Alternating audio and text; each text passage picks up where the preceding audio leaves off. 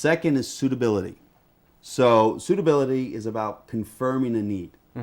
Now, for instance, I do sales coaching and sales training, right? And if I'm talking to a potential client and they want to become a plumber, that's not what I do. Yeah. It's not what I teach. So I'm really trying to understand, do they have a basic need and do they qualify for my offering? I know what my offering is, but now I'm trying to find out, do they qualify? So I'll ask them, so tell me some of your challenges that you've had in sales. Okay. You know, or tell me some of your challenges if you're in Facebook marketing. Tell me some of your challenges that you've had doing ads on Facebook.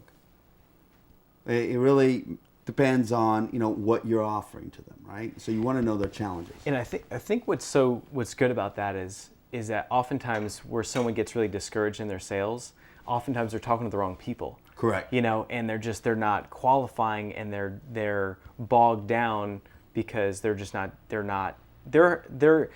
to the wrong people. And then even if they get them as clients, it's like, I mean, I know tons of coaches and consultants that even on the delivery, even if they get them as a client, their business gets really tough and challenging because they're working with the wrong people in general. So, okay. So yeah, and I think your friend, right? Yep. Lisa Sasevich said, you know, I think she said she learned something from her father, which is not to change your act, but to change your audience.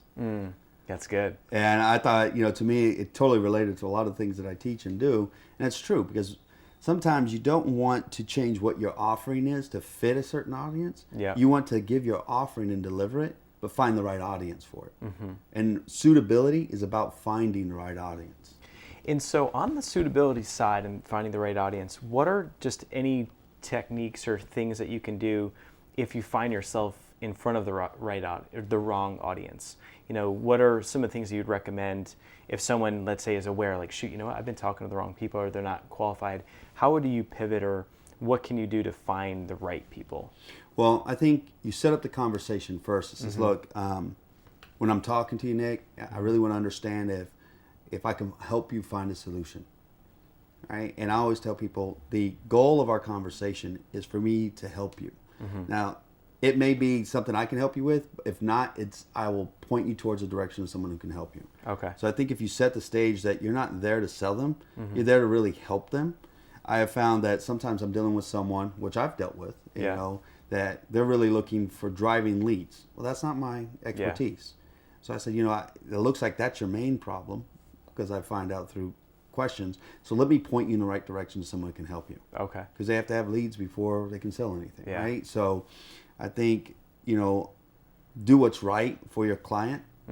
And if you can't service them, be honest with them and say, what you're looking for and what I've identified your true need, it's not something I do, but I do know someone who can help you. Let me point them in the right direction. Which is good, because that kind of authentic, you know, consultative approach is like, you could help them with that need and connect them with the right person. Once they have leads, they're going to need to learn how to sell anyway. They'll end up coming back to you. Absolutely. As opposed to trying to jam like the square peg in the round hole. Absolutely. So, okay.